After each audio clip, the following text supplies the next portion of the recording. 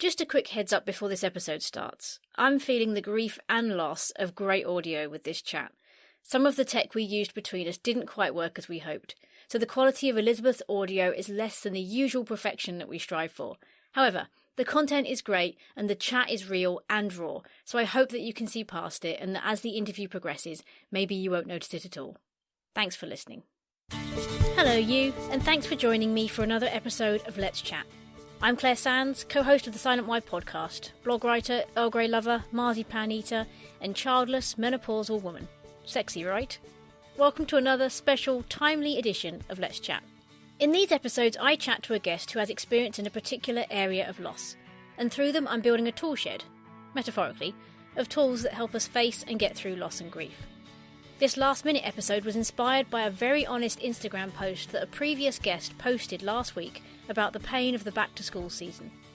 I knew a lot of people would be facing the same pain, loss and confusion that she spoke about because I was feeling it too in a slightly different way. So I reached out to her to see if she'd chat to me about it, and I'm putting this episode straight out because this month I know that parents all over the world will be facing the back-to-school day. Thousands of children in uniforms will be asked to stand on doorsteps for the classic, spotless back-to-school photo that will delight, taunt, enthrall and haunt adults up and down the country. I often hear this day discussed in different forums, from the excitement, nerves, relief, fear and heartbreak of the parent sending a child to school for the first time, to the parents fed up with the holidays counting the seconds for that peaceful cup of tea alone at home, to the child-lost parents silently watching this film play out that they were supposed to have a part in, through to the childless people wondering what milestones their children will be having and avoiding social media and the delight and sadness of those around them, plus everything in between. It's a big old mixing pot of emotions. So when Elizabeth mentioned that it was the first time for 22 years that she wasn't part of the back to school week, and that it had come out of the blue because her 2 high school children weren't living with her this year, I just knew this was a conversation I wanted to have.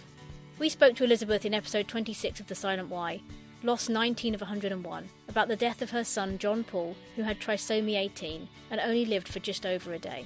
He was the only biological child that Elizabeth had with her husband Ralph, but between them when they married they had 9 children, meaning that she's seen a very wide range of back-to-school moments. So I wanted to explore, what would a conversation about back-to-school look like between a lost mum who also has 9 living children and a childless woman? And I threw out all my questions partway through this interview because our heart-to-heart was so natural I just didn't need them. So stick the kettle on, sit back and relax, and join me and Elizabeth as we very honestly chat back to school.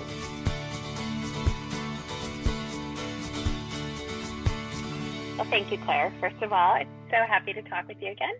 I'm Elizabeth Leon, and I am coming from Northern Virginia. I live outside of Washington, D.C., and I live here with my second husband, and we have 10 children between us. We have 4 of his and 5 of mine, and then we have a little boy that we lost in 2018, which was, the discussion of our prior chat. We also have 2 cats that I'm looking at right now, staring out the window into the sunshine. And our kids range right now from 15 to 32, but none of them live here, which is a hard part of being divorced. For a long time, I've been married to my new husband for 10 years. And when we first built a house together, we had 6 kids under our roof. So we went from a bustling, busy household of 6 children to 4 years later, 2 of them heading to college, and then 2 more years, another, and then 2 years, another. But 2 years ago, my now 17-year-old son left to go live with his dad under pretty hard circumstances.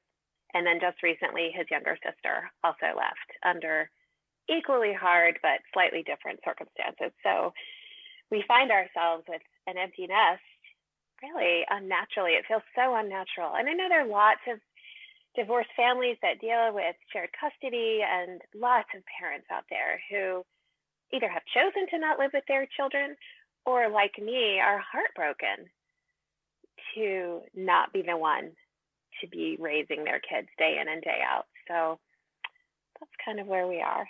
Part of the reason I reached out to you to do this now was because you posted something on Instagram recently saying how hard that had been and how you would normally be facing the whole back to school thing at the moment, but because your daughter had moved out, you were unexpectedly not really facing that. So that's been really difficult for you. So give me just a potted history of what your experience with back to school has been like, because you've obviously dealt with it on all age groups, all levels, as well as the kind of maybe expecting or hoping to take a child to school one day that never materialized. So what's your experience of back to school?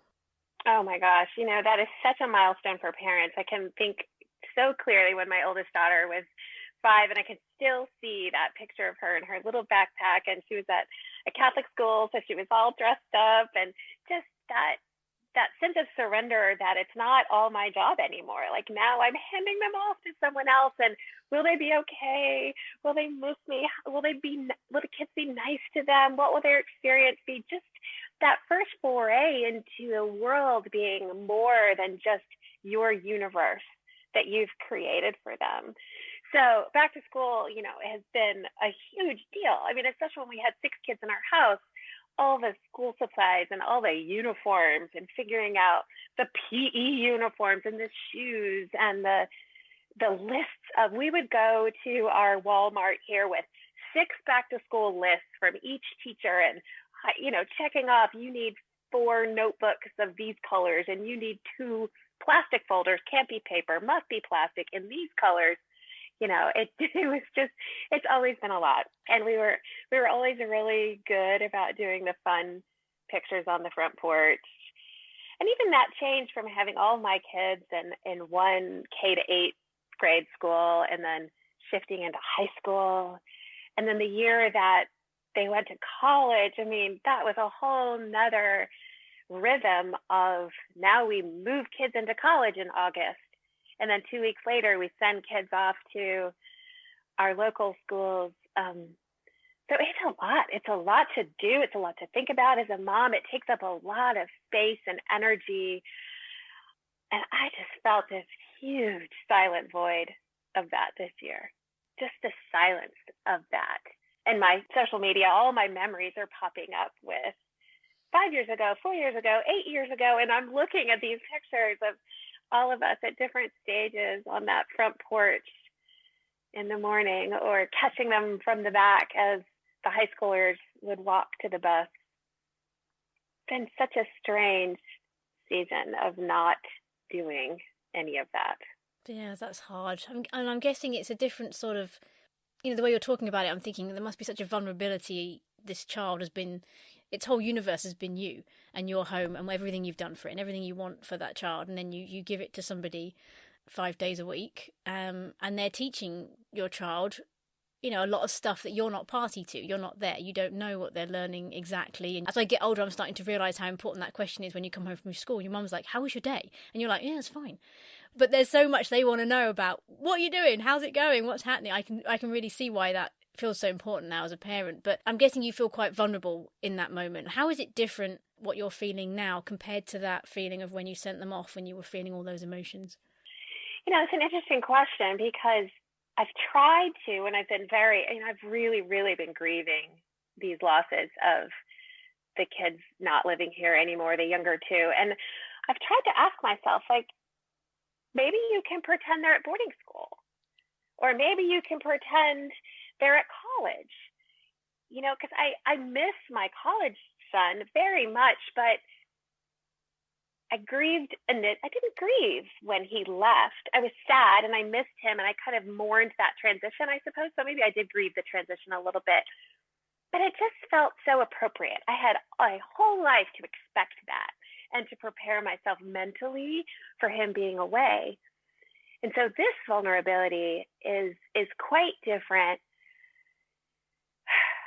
A, because it's not what I wanted, and because it happened in a set of circumstances that didn't provide for anticipation or healing or repair. It kind of was just a ripping away rather suddenly. And also without the planning, when you send your kids off to school, like, you pray they're coming back at the end of the day, and you're going to get them for the weekend. And that school schedule at the beginning of the year, and all of us school moms, we get out the calendar or the iCal, and we put all the holidays and the half days and the early dismissals and the teacher work days and the conferences in that calendar. It's a big to-do. But this experience now is very different. Even what would typically be a predictable visitation schedule is not in place right now. So yeah, they're out there, and I'm here, kind of back in the place where I always have been, kind of like watching off in the distance to see if I'll get a wave that day, or if I'll get a drive by that day, proverbially. When we last spoke, you were talking about John Paul and when he died, and how amazing that experience was in a lot of ways, alongside the pain and the grief. I'm guessing with this, it's a very different kind of letting go, and there isn't the obvious joy there, or those moments that you described in that episode. And for anyone who hasn't listened, I would recommend listening that to get the context of what I'm saying, because I could sound quite glib. But how does it compare to that? Because they're both big letting goes, the empty nesting and not having the children around at home anymore, even though they are still here, and then letting go of John Paul. Yes, that is a hard question, not because of the emotion of it, but on the one hand, if I compare it to my experience with John Paul, we had a prenatal diagnosis, so I knew at 16 weeks that we expected him to die after birth, or before birth for that matter. So I had 20 weeks to plan for I ended up having 20 weeks after that, before he was born. And then there's so much joy and excitement with a birth, right? There is so much to cherish and hold on to that is so beautiful and exciting and lovely. And then the loss happened. And I had time after that through grief, to discover some of the fruits of the freedom of surrender and letting go. And it was my worst fear that my child would die. And then he did. So I got to discover, like, okay, well, who am I after my worst fears have materialized? And how can I still let myself be loved in this place of brokenness? So I think in many ways it is a very similar journey. And I am certainly able to talk myself through the lessons I learned the first time, but it's going to take time for them to trickle down into my heart and my body. So I think in some ways, I've just gotten the diagnosis still. It's like I got the diagnosis 2 weeks ago. And I'm still in that process of, because that's part of what grief is. It's this totally unreasonable thing that we're asked to hold in our body that makes no sense, and it hurts so badly because it does not fit within my shape. It does not hold itself within me, and yet it's been shoved in there. And over time, it changes, you change, you shape around it, and becomes slightly more comfortable to carry. And I do think that some of the lessons I've learned about detachment and trust and faith and surrender, and having had experiences from my divorce, from some of my kids' mental illness, from death, where there has been beauty and hope and goodness, not just after it, but from it. So I do have hope that in time, that will be part of this journey as well. That somehow in the longer picture, the longer trajectory of my kids' lives, that this transition is part of what they needed in a way that just doesn't make sense to me now. That's making a lot of sense. Part of why I wanted to do this conversation is that we come at it from two very different places, the back to school week. And I've got, a foot in the childless community, and I've got a foot in the grief community. And I see both sides. I feel both sides quite often, but I have to occasionally step out myself and step back into the childless bit and think, why is it hard for me? Why does it affect me? So listening to you talk is really interesting because, like you said, it's just like I've just got the diagnosis and I'm working through it, and it's going to take time. And I think with the childless community, you're dealing with so much other stuff, like just the whole thing of not having children, or whether you're going through infertility or IVF, all that stuff. When the back to school thing comes, it's not fully on your radar because it's not part of your life. If you don't have other kids, September is not part of your life as a chapter marker for anything.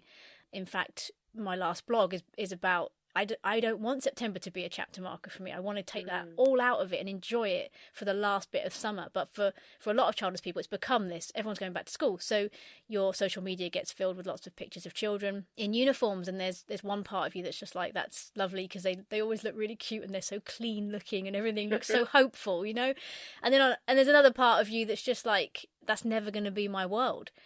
So I'm just thinking, you don't really get that diagnosis point. It's almost like it's just dropped on you.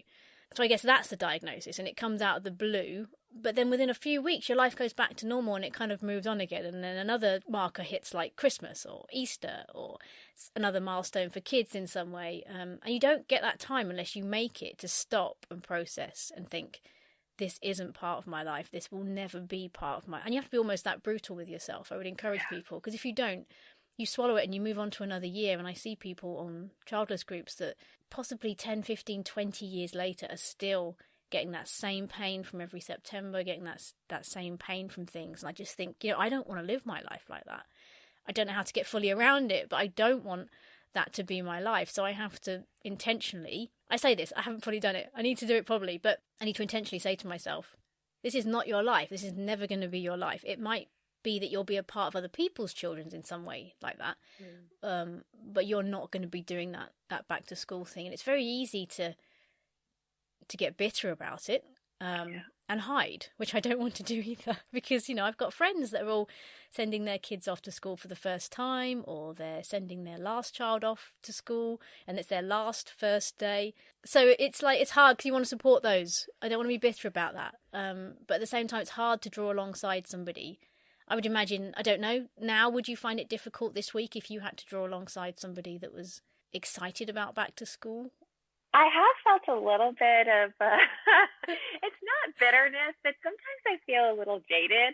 Yeah. Like, it's happy now, you just wait, You know what's and coming. I would never, ever, ever say that to someone. But, there is that reality of, because all of us want, we all want this fairy tale of whatever that looks like for us, right? Yeah. And, because I did experience it, that whole family for quite some time. And there's times when I still I'll say to myself, I just want my family to be in one piece. And I have to come in and say, you're never going to have that again. Mm-hmm. And it's harsh.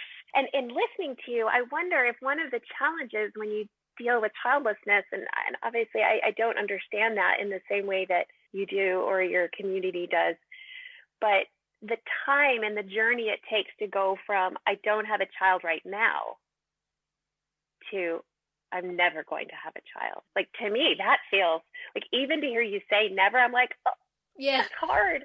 That's hard to hear you say never. I think there's members of our family that would find that hard. And I remember at one point, just after I had my hysterectomy, which obviously physically ended that for me, just thinking to myself or saying at one point, well, if we have kids, because I'd spent so long with the if it happens for us. And then it was months afterwards. I thought to myself, there's no if. Biologically, that's a never. Even now, sometimes I'll find myself telling myself, it's never going to happen for you. You're never going to carry a child. Because I almost need to hear it as a sort of my word, that is my reality. It's weird I think that's why some of these griefs are so bizarre, aren't they? I haven't got anything tangible to say, this is your situation. So you have to kind of almost just tell yourself mentally that that's your situation. But like I said to you, beginning when we were talking about recording this, I want people to come together and have these conversations, because it would be so easy for the childless community and the lost mums and those that are sending kids back to school that are finding it difficult to just separate off into their separate camps. And I think we've got so much we could learn from each other. I really do believe that, yes, you might have 9 children, but you had one child that didn't make it to school. You know what that feels like. And that doesn't make it any easier, because you had loads of other back to school days. And, you haven't got a biological child with Ralph because of that.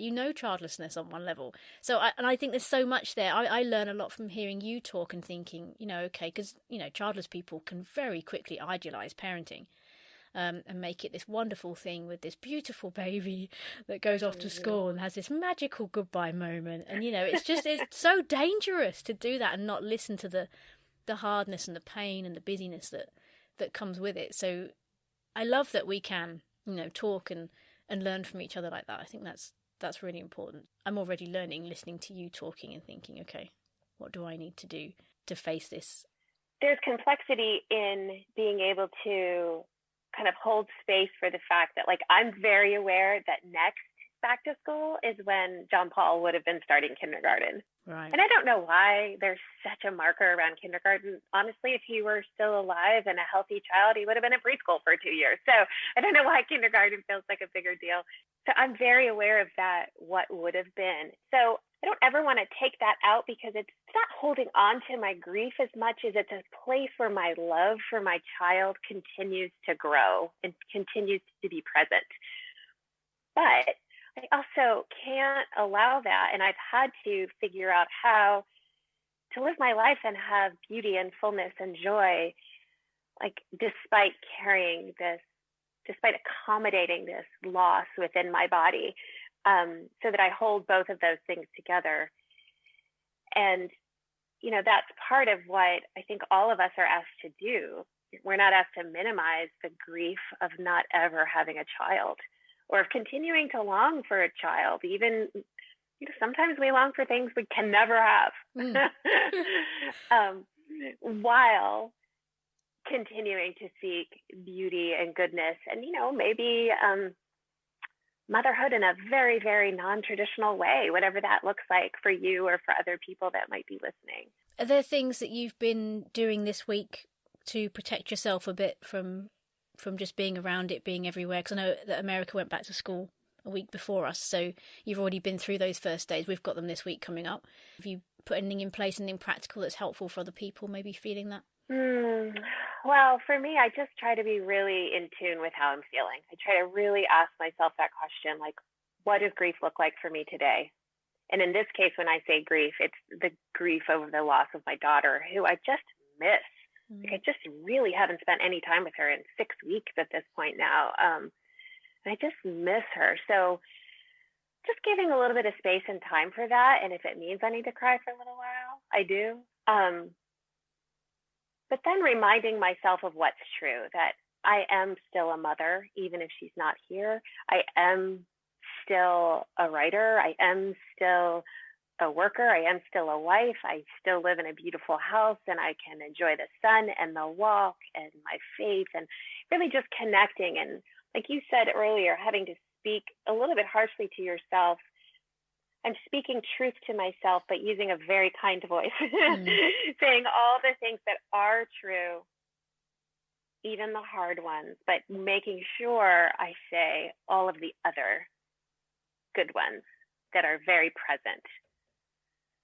So that does help me. Maybe we call it mindfulness, maybe we call it meditation or prayer, but it's just an awareness and really a curiosity. I'm trying to be really non-judgy with myself, and being able to laugh. I mean, that social media post I did was like, I want to post a picture of my empty front porch right now. Yeah, you should have done that. That would have been brilliant. Yes. And I still could, but like, This is where I'm at today. Take it or leave it, and not apologizing, but that's hard. It's hard. It's such a hard line. It's still beautiful. Yeah, that's important. It's a really, really hard line. I've had this discussion even recently with Chris. Where is that line about being honest about who you are and what you're going through and what your grief looks like, and then maybe being whingy or being a victim? And it's a difficult line to walk. Once you start being honest about things, it gets perceived different ways, and sometimes I just want to be more honest, because it's who I am, and it's not a whingy thing. It's just, it's just me. Mm-hmm. And I think I hold back on that quite a bit because of other people, which is right to a certain extent, but not if it comes at the detriment of yourself actually working through things. What you just said, I just wrote it down, then you actually literally said it, going back to those truths and saying truths to yourself, that I am other things, and for me, it's been a lot of, my life doesn't have to look like every other woman. My life is okay if it's not as a biological mother. Lots of things like that over the years you've found peace with, that are personal to you, not that you're just saying, but things that have come personal to you over the years that are truths. And then protect yourself by avoiding things. If you need to avoid social media for a couple of weeks, avoid it. Let people celebrate. You don't need to be there for it. Or dive in and find another way to do it. Enjoy it, celebrate it, actually encourage some people. I think what I find difficult probably as a childless person is a lot of people find it hard to let their kids go off to school, which I get, might probably fully don't understand, but I get. But then it's literally within weeks, if not months, that they're moaning that the school holidays are coming up and the kids are coming home again full time. And that's the bit where I want to be like, you guys are never happy. Like, you're going to be whinging at me soon about them coming home. It's like, make up your mind. That's where I want to be more honest. It is hard. I mean, it is hard when you have children. Part of that is that when you start to have a taste of getting some time and space back to yourself. Like, it's almost easier in the beginning because you just give that all up. Yeah. You have no more time and space to yourself. But then once the last child starts going off to school, you're like, oh, I remember what this was like. Yeah. And frankly, that is a really beautiful part of this particular season. And I do kind of try to give myself some self-talk. Just imagine it's 3 years from now and they're all in college and you landed here very naturally and appropriately. It's not all bad to have, after 25 years of being a mother, it's not all bad to have a lot of time to myself. Doesn't always help though, does it? Having those, you know, the amount of times we've done the whole, or people have said to us, or, you know, at least you've got a nice house, or you've got your health, or you've got a nice car, or you've got the freedom to do this and that and the other. And it's like, yeah, I've tried that. It doesn't work. It doesn't work as filling those gaps. Right. It doesn't fill the gaps, but I can also, I think for me, I would tend to just lean into, oh, but I'm so sad, and not really allow myself any of the happy part. So for me, it's like, okay, I'm going to be sad, but I'm also going to just put all that sad stuff down for a little bit because it'll be there whenever I want to pick it back up. And I am going to try to just enjoy this moment, or maybe I can stretch it into an hour, or maybe I can stretch it into a day, because that doesn't come very naturally for me. I tend to be much more of an Eeyore. Oh, I love Eeyore. I find him so relatable. Yeah. I'm actually more the other way. I don't know if I like him because I'm not so much. I'm by no means a Tigger, but I envy you when you say that you default to the sad thing, because my default is to just get on with stuff and not stop and do the sad thing enough, which I think has tripped me up many times. And I often query, have I done enough working on this stuff? Because I don't stop and allow that. It's more of a, right, let's get on with things. You know, what's the point in sitting and wallowing, which is not helpful and not healthy. I don't recommend it at all. But it's, so I have to intentionally make that time to do that. The tricky thing is I worry what other people think a lot. So I think with the childless life, people tend to assume it's like it was before you had kids, but it's like that forever. And so they have this real glowing sense of a life with no children, because they have children. They almost have everything. So they can they look before and they think, that looks amazing. Your life, you know, that how hard can it be to come to terms with all that free time? What they forget is the time before, maybe when they couldn't quite have kids, or they got to that point in life when, you know, when you're together and you think, let's have children. I mean, it doesn't happen for everybody, but if let's say you're planning it and you're like, okay, we're done with each other. We know we're good, but we want something more. We need more.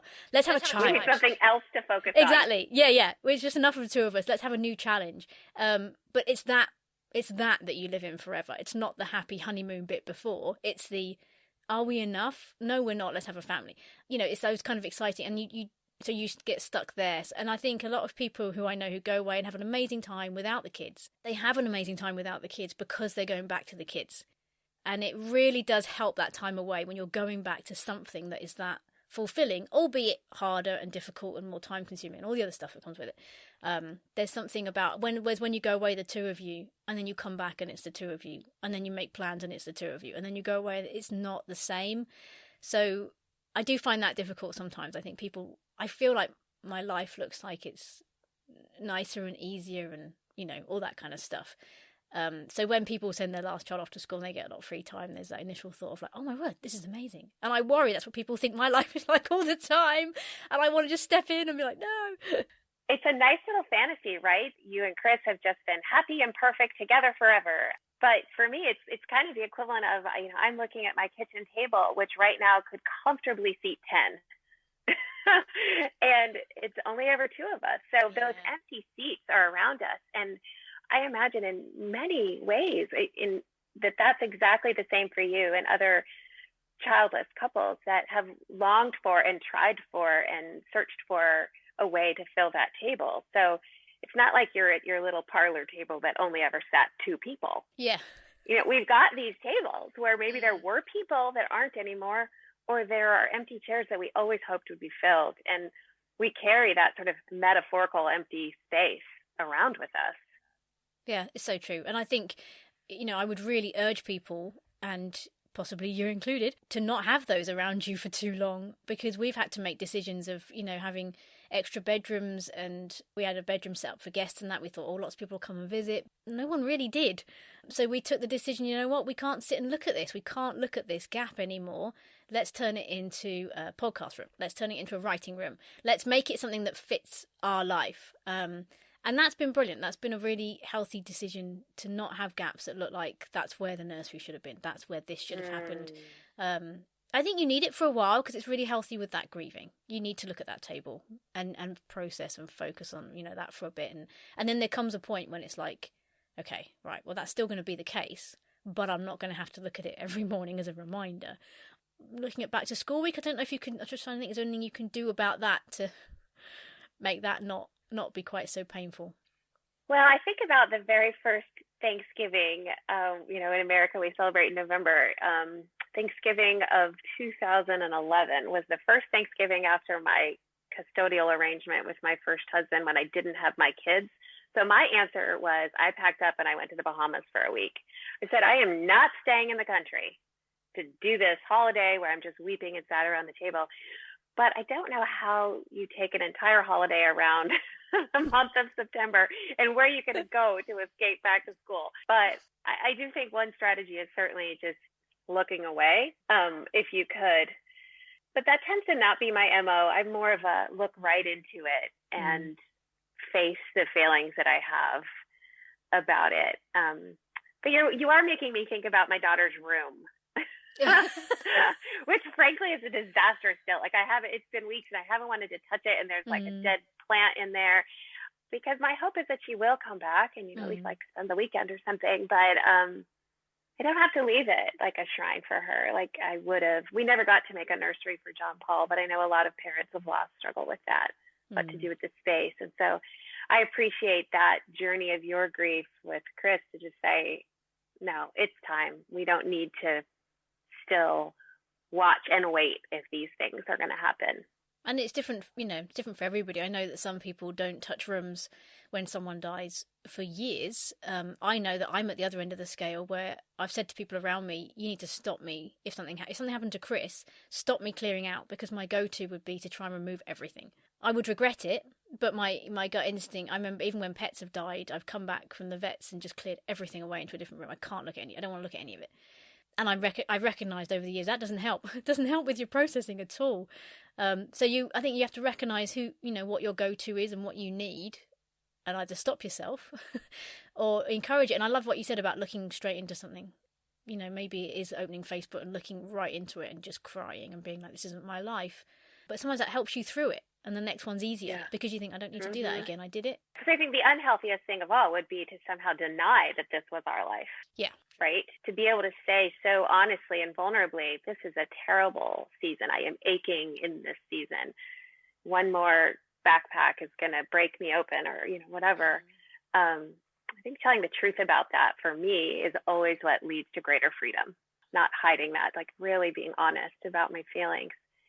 I wanted to ask you, though, when you were speaking before, I wonder, how has it been for you kind of processing, hearing the opinions and the voices of other people around you, not just in what they think your life is like, or maybe what they think you should or should not do about your childlessness? Like, how have you managed to filter or tune in or tune out lots of opinions? I'm probably not well, I don't think, looking back. At the time, I think I would have thought I was dealing with it fine.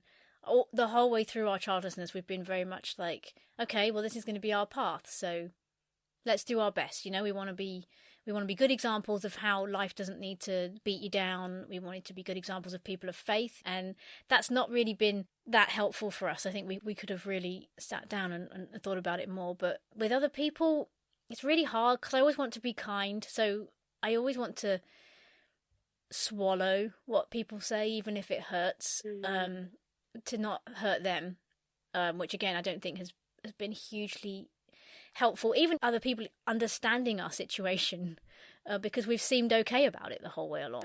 And that's really been because I don't want them to feel bad. So yeah, that's been really confusing, and it's something I'm definitely still working out. I'm feeling a bit braver to be a bit more honest about things because other people are honest with us. I've noticed that people like lost mums who have lost children. I'm meeting some that are very, very honest about that. So when people say something to them, they will point out that hurts, and I haven't really felt that we could do that because I think I felt that if you've lost this sounds awful, but at one point I remember thinking, I wish I'd lost a child, because I would have something that people would recognise that was painful.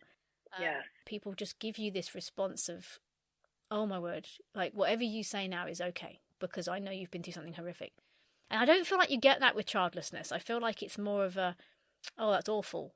And they always follow it up with a but. Oh, at least you can go on holidays during school terms. At least you don't have to use contraceptive. I've had that a few times. All these sorts of things. People are so dumb. Aren't they? I'm still amazed by stuff people say on the podcast they've had said to them. Well, and even just the suggestion that you would be okay. I mean, yes, I'm sure there are people out there who have very happily chosen to live their lives without having children. I don't want to suggest that's not the case. But that wasn't the case for you and Chris. You were hoping and wanting and longing and trying, and how could you possibly be okay after grief, the emptiness and the unfulfillment of a dream? Any dream. In this case, your dream is having a child. It's people, isn't it? And I think I have a lot of grace for that. I do understand that it's not easy. I understand people don't know what to say about it. I get all that.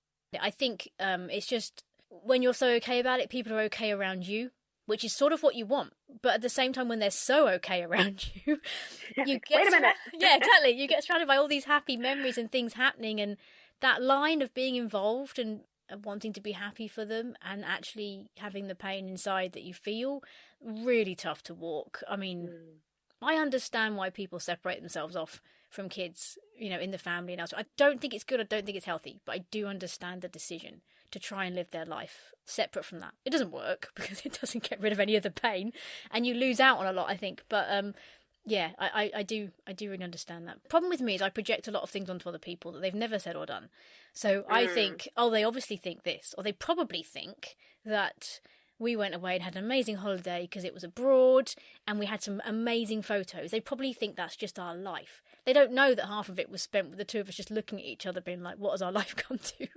It is really that paradox. I'm thinking about that even with my happiness with Ralph. I mean, am I happy that I had to go through a horrific divorce that is still terrible to find this great relationship with my husband now? I mean, I don't know. I'm so happy I have what I have now. And I think I would have chosen to go through all of that knowing that it led me here.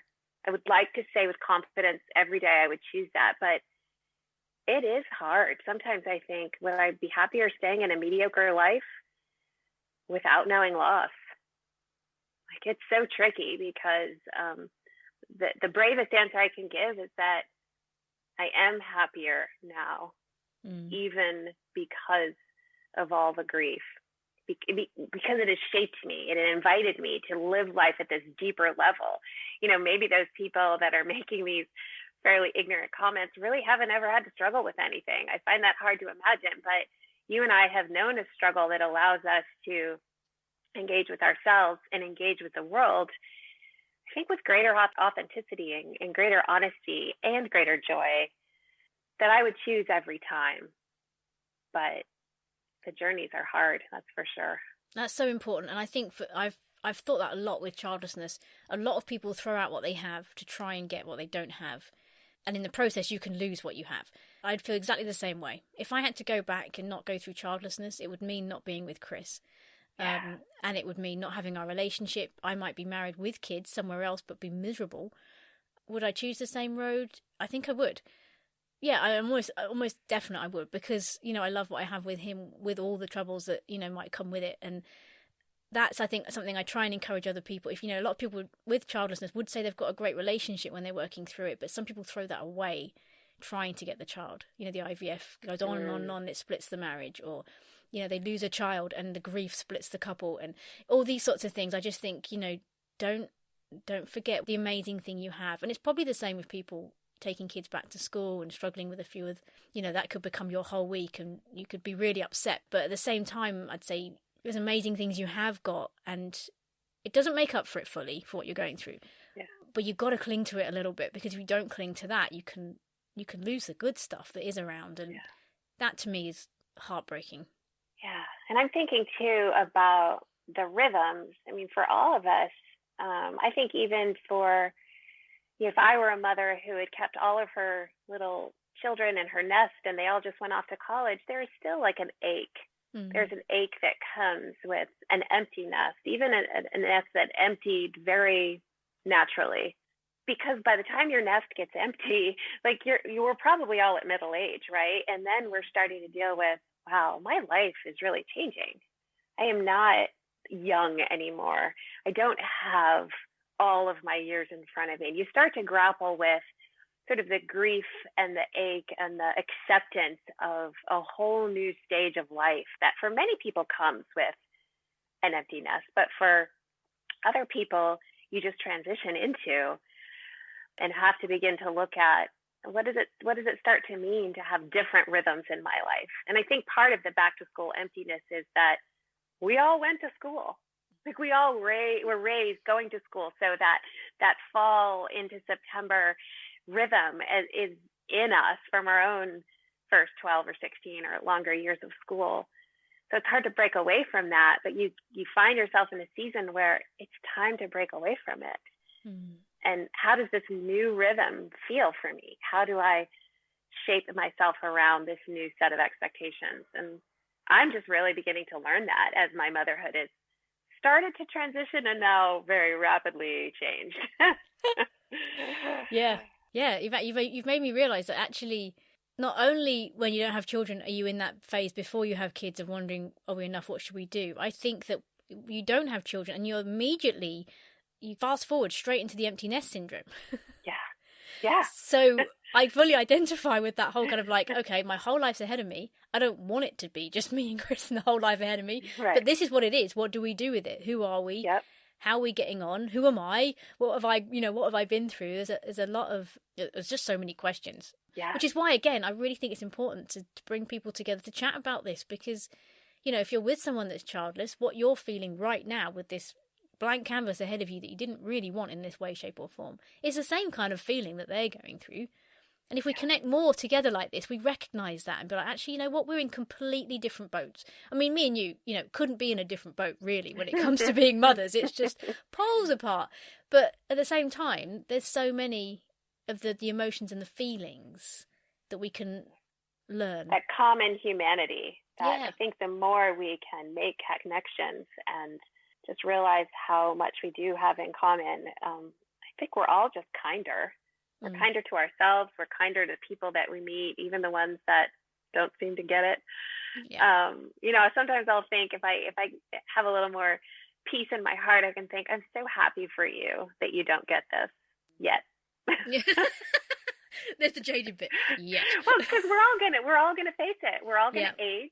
Children will age. Someone will die. Maybe it's someone who's very old, but it comes. We can't escape it. It's just a matter of when do you start to face these hard questions. And just reaching out to those around us as well. I'm thinking there's no school gate out there this year in any country where there isn't a parent stood there struggling. They're there, and there's 100 that are sat at home wishing they were there. And, there's so many of us going through similar things, reaching out and just finding people that help you work through it. It's so much easier than doing it on your own. You said on your video that your book and your brand is Let Yourself Be Loved, and that can sound a bit sort of Hallmark card, as you said. But just explain a little bit about what that looks like for people who might be struggling this week. Sure. So Let Yourself Be Loved is a phrase that really came to me, I'm convinced, from the Holy Spirit after our son died, of just like how to make sense of his short and shining life. And I've really internalized it to mean that in all of these terrible, hard things that come our way, we're still offered this great love. I'm believe in the Lord as well. And it's that sense of how can I open myself to just receive something bigger than what this pain is right here. So for this week and for all of us that are just struggling, let yourself be loved is yielding to what is right before you. It's saying, in this place where this is not what I wanted, this is not what I asked for, this is not what I chose, this grief, this emptiness, this loss, this expectation, this unfulfilled dream or longing, whatever it is, but that we are not alone in that place. And that if I can somehow, even just for this moment or this hour or day, receive goodness and kindness, there can be beauty and peace and joy along with this really painful thing that we're dealing with. It doesn't take it away. It just makes it something more.